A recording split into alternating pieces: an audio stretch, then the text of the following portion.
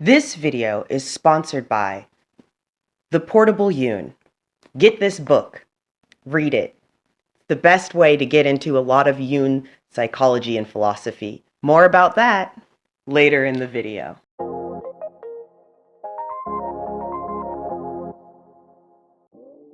The products of all functions can be conscious, but we speak of the consciousness of a function only when its use is under the control of the will and at the same time its governing principle is the decisive one for the orientation of the consciousness. Carl Gustav Jung.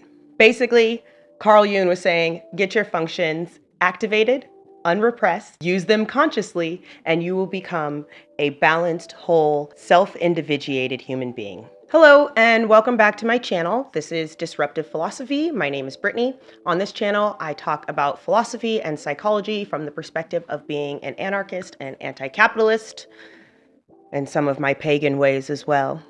This is part 4 in my Prime Alchemy series, How Humans Work. And in this section, there's going to be 8 different videos in which I'm going to deep dive into all of the 16 different archetypes. This is the first video in this series in which I'm going to be talking about NI, or Introverted Intuitive Dominance, which for Myers-Briggs would be INTJs and INFJs.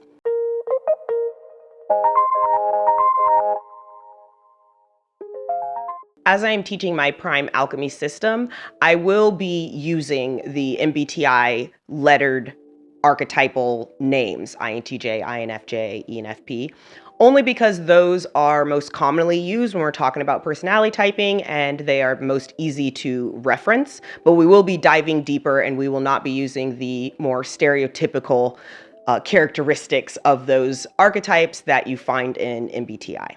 For this series, we are going to start out with introverted intuition because it is my dominant function because I am an INTJ. So I figured I'm going to start out with the function, the dominant function I understand the best because I use it all the time.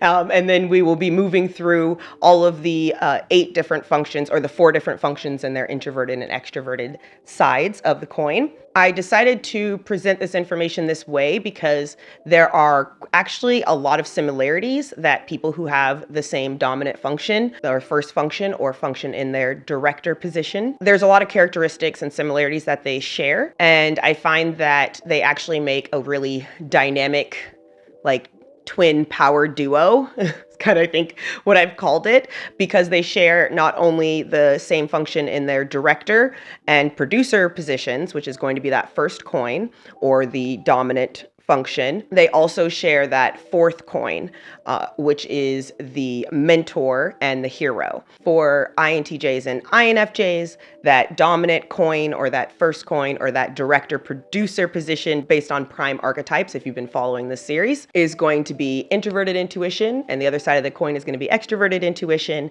And then they also share that 4th spot, which would be their mentor and their hero, which would be extroverted sensations and introverted sensations. Extroverted sensing and introverted sensing. Sensing and sensations kind of go synonymous back and forth in this system. So that's why I made that little Freudian slip.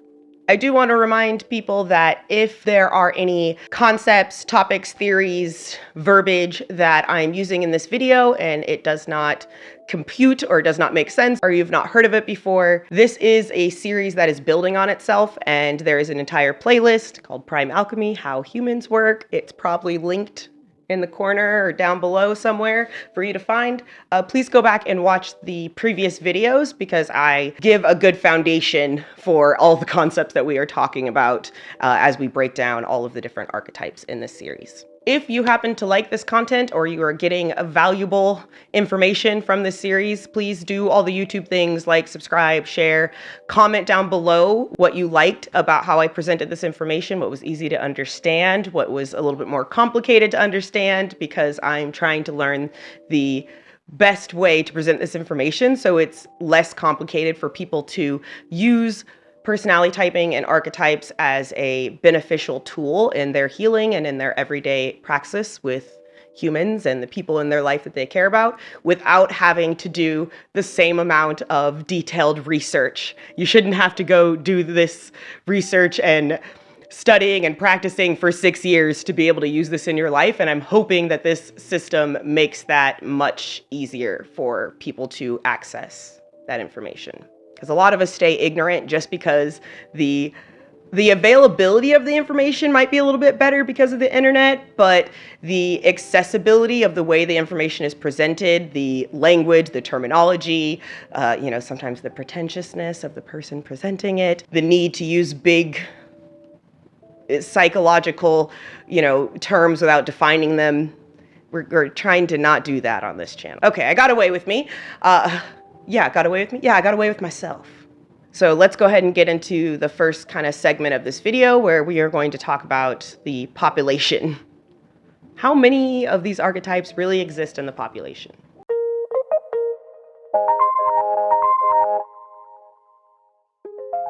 These population percentages are relative, an estimate, because there is not really a way to accurately get that information. You would need to confirm that everyone in the study was accurately typed, and then you would have to figure out, per capita, per the population. I have found in my research, by kind of connecting other pieces of information, that these are probably pretty accurate into what would work for a society. As we do this video, you may understand this a little bit more, but you would not want a society that has 30% or 20% or even maybe 10% of NI dominance. Right now in society, it's estimated about 3.6% of the population, and this is in America. The study that was done for these population numbers was done in America. You wouldn't want more than that amount in the population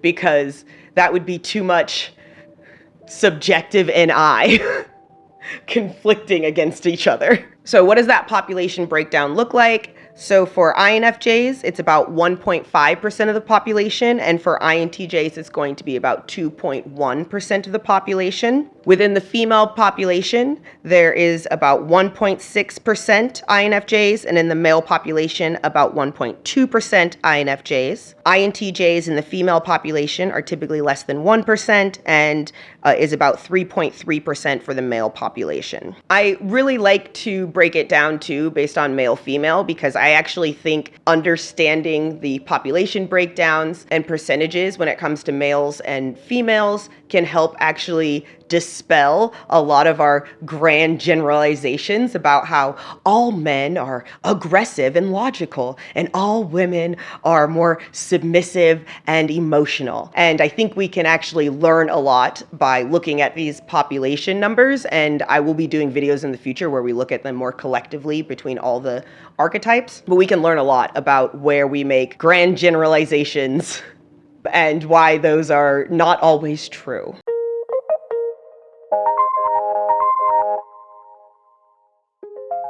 I did want to retouch on the definition and understanding of the dominant function for each of these archetype videos to kind of give the best words, a more in-depth understanding, because this is how NI dominance, introverted intuitive dominance, this is how they perceive the world, how they view the world, right? And understanding that each archetype views the world through their first function.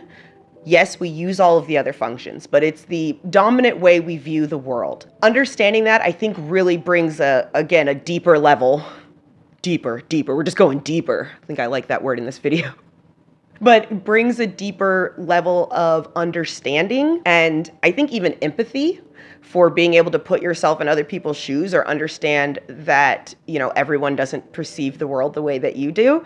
And I think that can be really helpful in revolutionary work, right? It can help you understand when you are miscommunicating with someone, when maybe you guys are saying the same thing, but because you see the world through a different dominant function than they do, they may communicate it differently. So to do that, I'm actually going to use some direct quotes from Jung and the way that he describes these different functions. And for this video, it'll be introverted intuition. Carl Jung, from most people's understanding and my understanding, was most likely an INTJ. I know that he mentioned multiple times that introverted intuition was his dominant function, or he was an intuitive thinker, an introverted intuitive thinker, which would be an INTJ.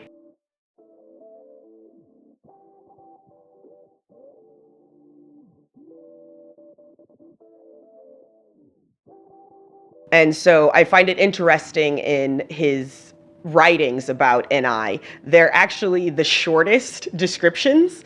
One, because it's just really one of the more difficult functions to really define and understand, and especially to understand how somebody is using it, someone who it's their dominant function. And I just think it's kind of funny that he spends a lot more time in some of his books describing how the dominant functions, all the other dominant functions, the other 7, and then when it gets to NI, it was much shorter. Let's look at some Jung quotes. In this quote, he's speaking about himself in using introverted intuition, or what I call purpose. My speech is imperfect, but not because I want to shine with words, but out of the impossibility of finding those words. I speak in images. With nothing else can I express the words from the depth. So in this quote, he's very much saying that sometimes introverted intuitive users struggle to find the words to communicate their thoughts or their ideas, because introverted intuition very much is about imagery. It is about abstract imagery, about future story. It is not as much about symbols, which is going to be more SI, introverted sensations, and we'll get to that. This is editor Brittany. I'm going to add a quick explanation in here for the difference between imagery and symbols. So here we have imagery of a family versus a symbol of family. So in imagery, we're going to see the whole picture that gives objects and ideas meaning. With symbols, symbol is a thing that stands for or represents something else. Imagery creates mental images in the reader's mind or in another person's mind. Symbolism implies a hidden meaning in words. The dictionary definition for imagery is visually descriptive or figurative language, especially in literary work, visual images collectively, or visual symbolism.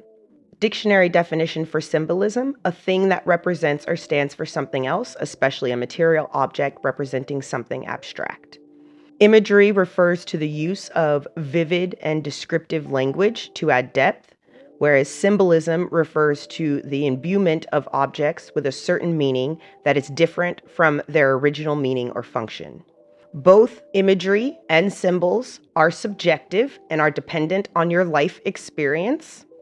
Imagery is going to be connected to introverted intuition, or NI, or purpose. And symbols are directly connected with SI, or introverted sensing, or what I call perception. And what we mean by both are subjective and dependent on your life experience is a symbol may have different meanings for different people. And I like to use the example of a rose. A rose, or a red rose in particular, can symbolize different things for different people. For some people, a rose might mean love. For some people, a rose might mean beauty. For some people, a rose may mean death. And those meanings are going to develop from your subjective life experience or your nurturing as a child, as you are developing in the world, and how you experience the symbol and what that symbol means in your subjective life experience. The best way to describe NI, I think, is to really think about dreaming, because NI is directly connected to dreaming. It's connected to dreaming probably as much as SI is, but NI is about creating new abstract imagery. It may give an answer to a question with a scene, like a scene from a movie, right? And I may have to translate. What does that mean? Meaning is also found within introverted intuition, a definition for introverted intuition. What does that mean in English words that I can use to communicate to other people? What is the abstract visuals of the idea going on in my head? Even as I am trying to explain this right now, I have visuals that are not words in my head that are inspiring the words that are coming out of my mouth, if that makes sense. This one, that's why we're doing this one first, because it's kind of complicated, but hopefully this will help people understand us and I dominance a little bit better. This is editor Brittany again. I wanted to add in here an additional perspective on introverted intuition and visual imagery. So if somebody is explaining a new concept to me, a new idea, or is just telling me a story about something that happened in their life, while they are telling me the story, my mind is visually recreating what they are telling me. So if someone is telling me a story about their fluffy brown dog, right, and how it ran down the street and tackled their friend, I have created a movie-like imagery in my head of everything that they have described. And for the parts of the story that they have not given me some sort of description, it is then filled in with my own personal subjective imagery and visuals. So if you tell me the other day my blonde, fluffy golden retriever got out of the house, I have created that visual scene in my head. And if I know you and I know the house you live in, then I've put that imagery in there. If I don't know you, then it's just whatever visual of a house I come up with. And then you explain that the golden retriever ran out of the house. Then I'm imagining the golden retriever running out of the house and the street in front of your house. And then you say the golden retriever runs down the street. You may not describe what the street looks like or what the houses look like on the side of the street, but my mind has filled that in. And then you will talk about the dog leaping over and tackling your friend. So what I may create in my head may not be exactly what it looks like, but it gives me a visual movie almost of the story you are telling me. And that is the way that I view the world, or I make sense of communication with people. Oftentimes, people who may have introverted intuition in their top function, during a conversation, they may struggle sometimes to keep eye contact because while you are giving them new information, their eyes may dart off to the side or up, and it may look like they are slightly disassociated a little bit. We may not be fully in the moment because we are creating that imagery in our head, that visual that you are describing to us with your story. So another way to kind of explain how that imagery is going on in our head is that if I'm being explained like a new concept, a new idea, I have to find a pattern with it, not a pattern. I have to find a similar construct within my own experience that I can relate to the new concept that is I'm trying to learn, I'm trying to take in, and I will find the similarities, and that is how I will start to understand the concept. And oftentimes it's visual, not necessarily words going on in my head. As an example, my husband has recently gotten into cricket, and he has been teaching me the rules, which are kind of a lot and detailed and quite complicated. The best way for me to learn that concept is to take everything he is telling me and see how it compares or relates or is similar to or has a pattern with baseball. Because baseball is already a sports concept, idea, rules game that I already have a deep understanding of. And so by relating it to that, right, he tells me the bowler, which is actually for baseball would be the pitcher. Right? Relating those two things, it's almost like cricket is a new language and baseball is English. And so I'm translating, I hear this new language I'm trying to learn called cricket, and it translates itself through English, and then I understand it. Another kind of example of how this works is sometimes I do get words instead of imagery, but they will oftentimes be song lyrics. There's a database of song lyrics in my head, and sometimes when I go into my inner world or when it's trying to connect ideas to things, it just pulls random song lyrics from past experiences that I think relate to the concept, to whatever's happening in the moment, the social situation. Sometimes it's a joke, right? Like I'm hiking with my friends and one of them slides and falls down a little bit on the trail. And then I may, as everyone is now laughing about it because we know the friend is okay, I might just be like, I will survive, like just as a joke for fun, right? To kind of give,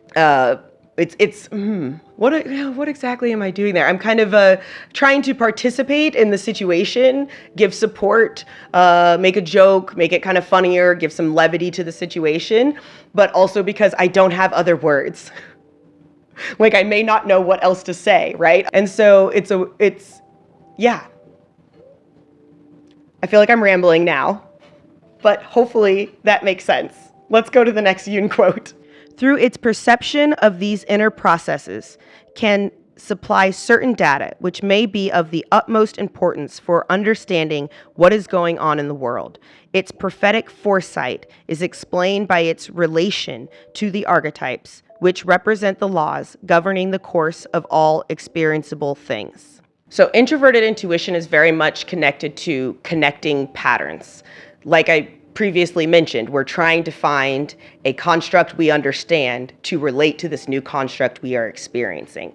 And that is how we view the world, and it is dominantly view the world. And it is subjective because it is based on the data, information, the SE and SI experiences and memories that we have accumulated through our life existence. Because we are always seeing patterns, because we can always see connections, this can cause us to be able to predict what may happen next, what someone is most likely to do, or how someone is most likely to emotionally respond, how an environment is most likely going to be organized. And that can sometimes look like magical foresight or, being prophetic. It also means that we can sometimes derive unknown or ununderstood information by connecting the dots of things that maybe don't seem connected to lots of other people, because when that introverted intuition is in that top function, it's always seeing connections.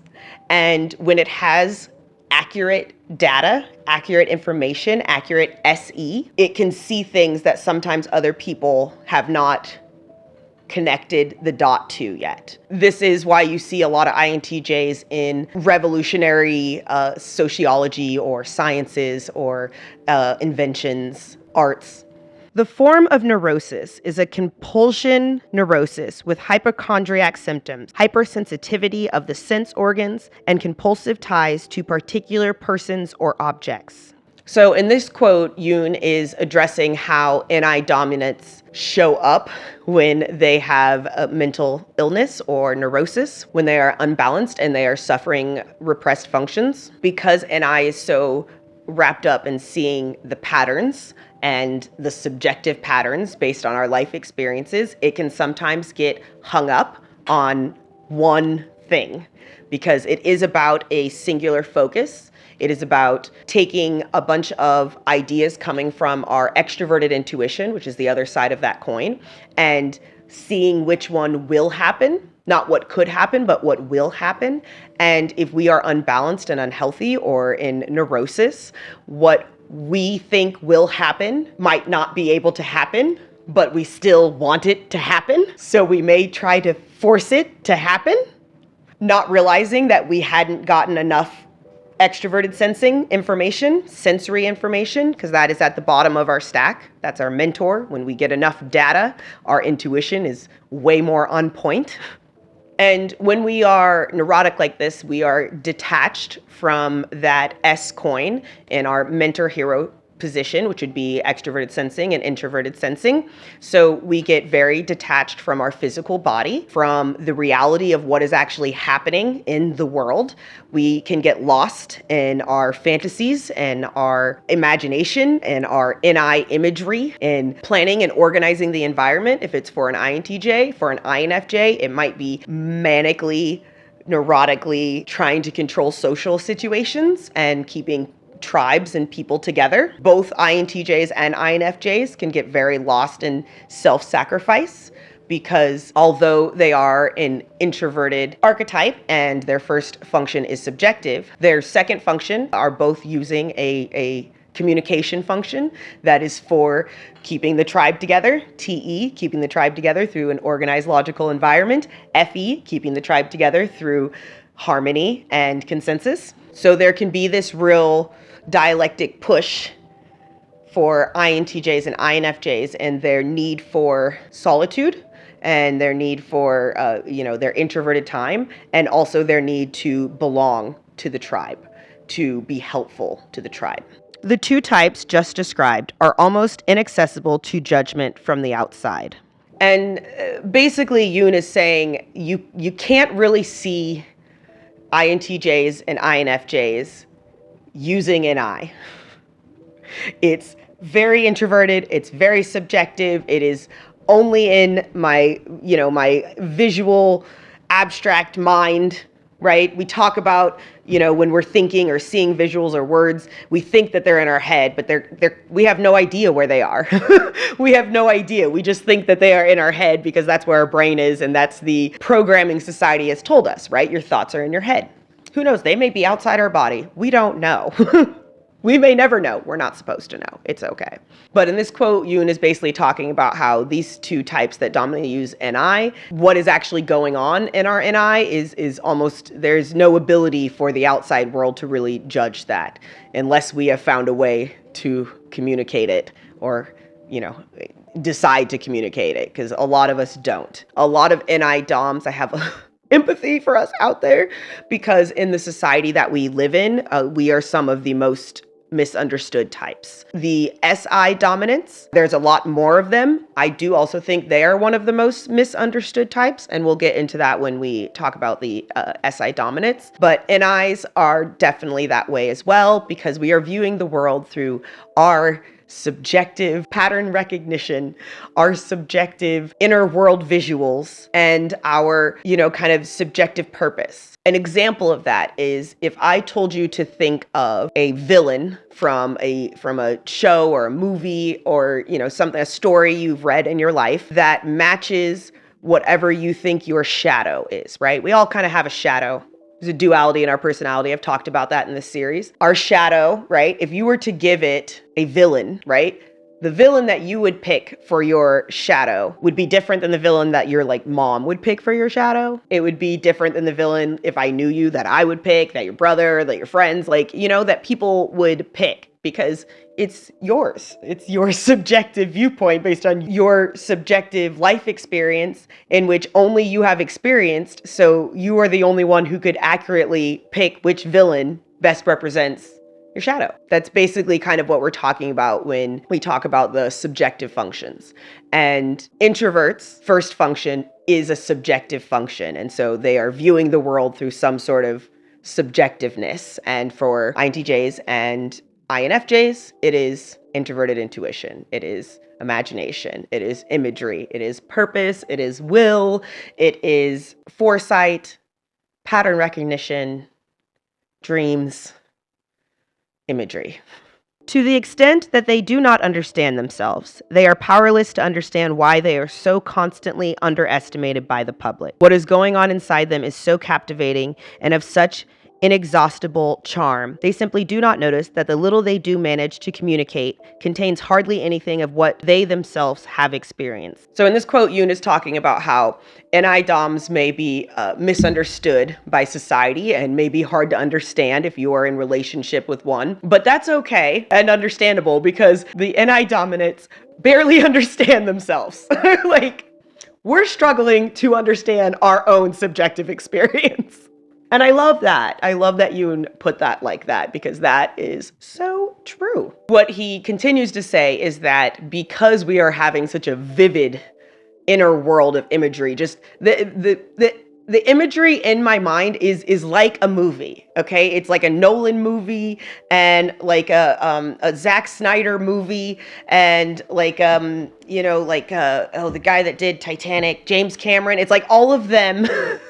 All of the, that's the style that all the imagery in my head is going on. There's maybe a little Tim Burton in there too. And Disney.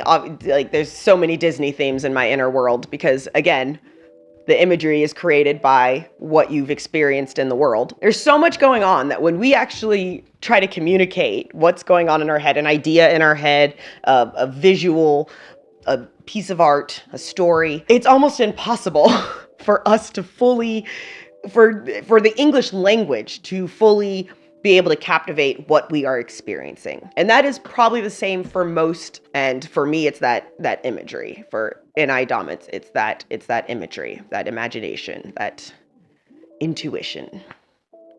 That NI. She got that NI. She got that NI. I'm such a goofball.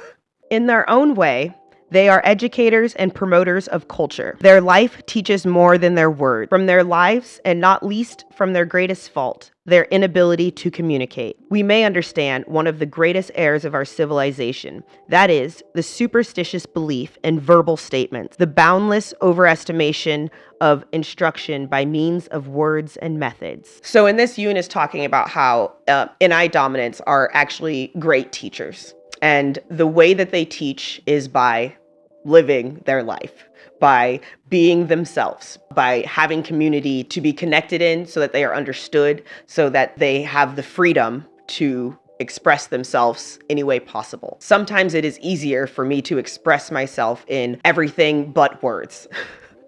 And for me in particular, as an INTJ, I find that it's sometimes easier for me to communicate emotions.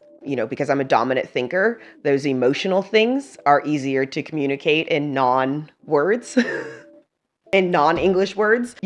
Strategy, again, explaining the environment, directions, sequential directions. Those I don't struggle as much to find the words. But when it comes to how are you feeling?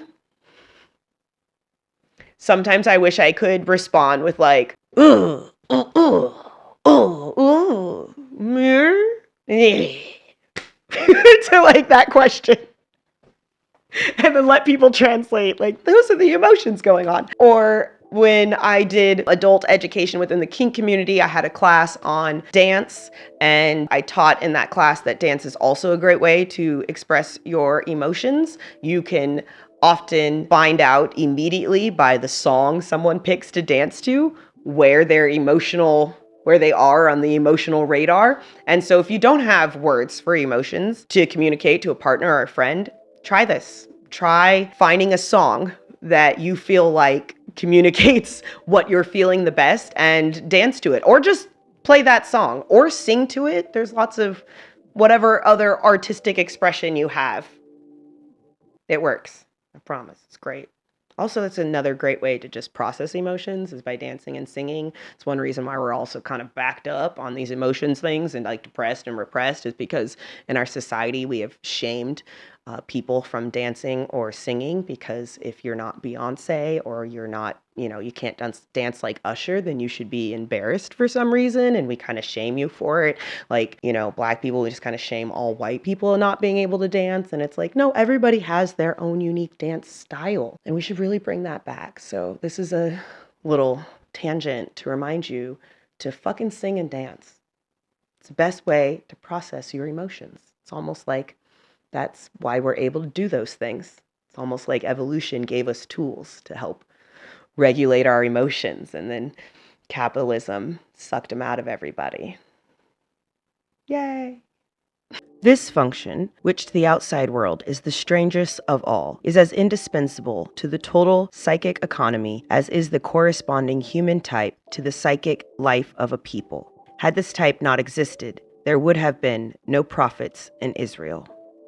In this quote, Jung is talking about how the abilities that NI gives people, those pattern recognition, the taking in data and being able to see what's going to happen in the future or how people are going to emotionally respond, is something that was often in societies praised, right? And he mentions Israel, that they would be considered prophets. I think they would also be considered priestess or seers or witches, or all these, names we have for these archetypal people within more ancient societies that were revered for their spiritual knowledge, practice, their guidance, their wisdom. Shamans would be another one. And basically, because of again, that pattern recognition, introverted intuition, that purpose, that will, those visuals. That leads INFJs and ENTJs, again, in these more ancient societies, to take roles of a prophet, of a leader, of a person of wisdom, a crone, which is what I want to be someday, just an old, ugly lady in my witchy garb living outside my little town, doing mushrooms, giving predictions. It's like my life goal. That's my bucket list goal.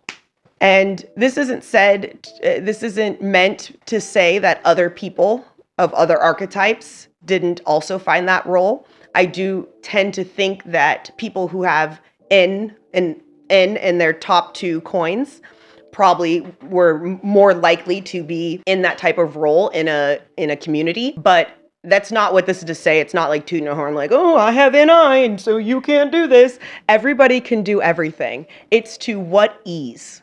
To what ease can somebody do it, and to what capacity? And also, there's lots of things INTJs and INFJs don't do that well, okay? We have functions on our shadow side at the bottom as well. I say that because I feel like INFJs and INTJs are kind of within the like personality typing community looked at on this, like, they're like revered and hated, right? Because they supposedly have these like super mastermindy powers or whatever. And it's like, we're just human beings and we barely understand the way we are experiencing the fucking world. We just happen to sometimes mix things together, blend things together, see patterns that maybe other people may not recognize, that can look quite amazing, that can be impressive because we've done a lot of it in our head, and we sometimes go disappear for months, for years, and then come back and are like, I present to you. And then everyone's like, oh. And I don't think that's something that, like, I don't think that's something that's necessarily unique to NI dominance. I just think that's more how we naturally operate. That's more of our default than other people. We find those things to be priorities, whereas other archetypes find other things to be priorities. And that's good. That's beautiful. That's what makes humanity amazing and diverse and beautiful, is that we're different. So within Prime Alchemy, introverted intuition is also known as purpose or foresight. These are words I am putting in Prime Alchemy. For some of you who may be brand new into personality typing, you can use these words instead of having to remember all these INTJ, NI, SE, FE, whatever letters. So introverted intuition, purpose, foresight. They're also just words that also help you remember what that function does, what it means.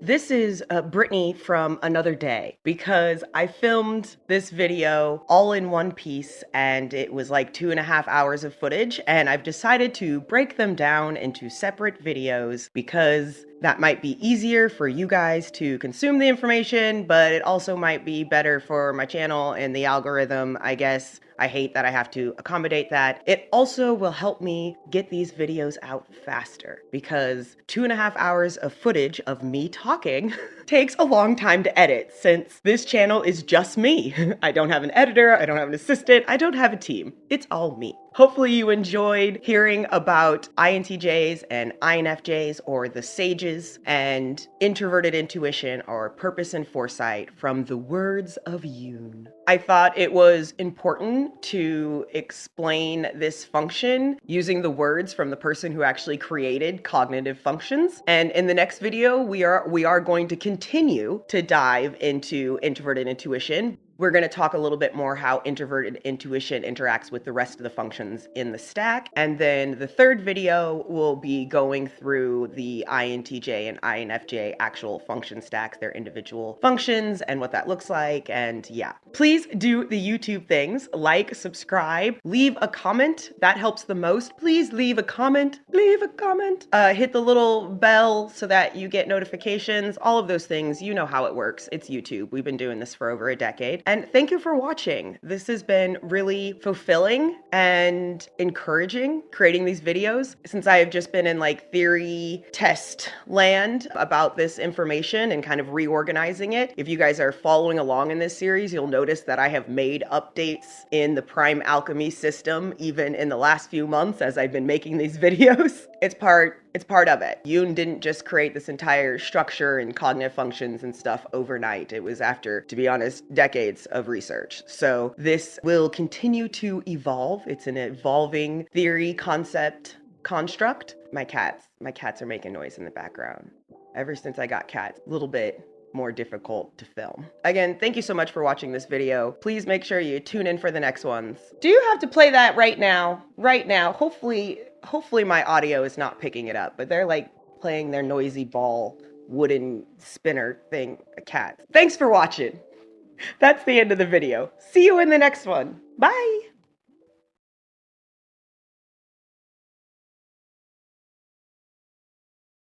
These population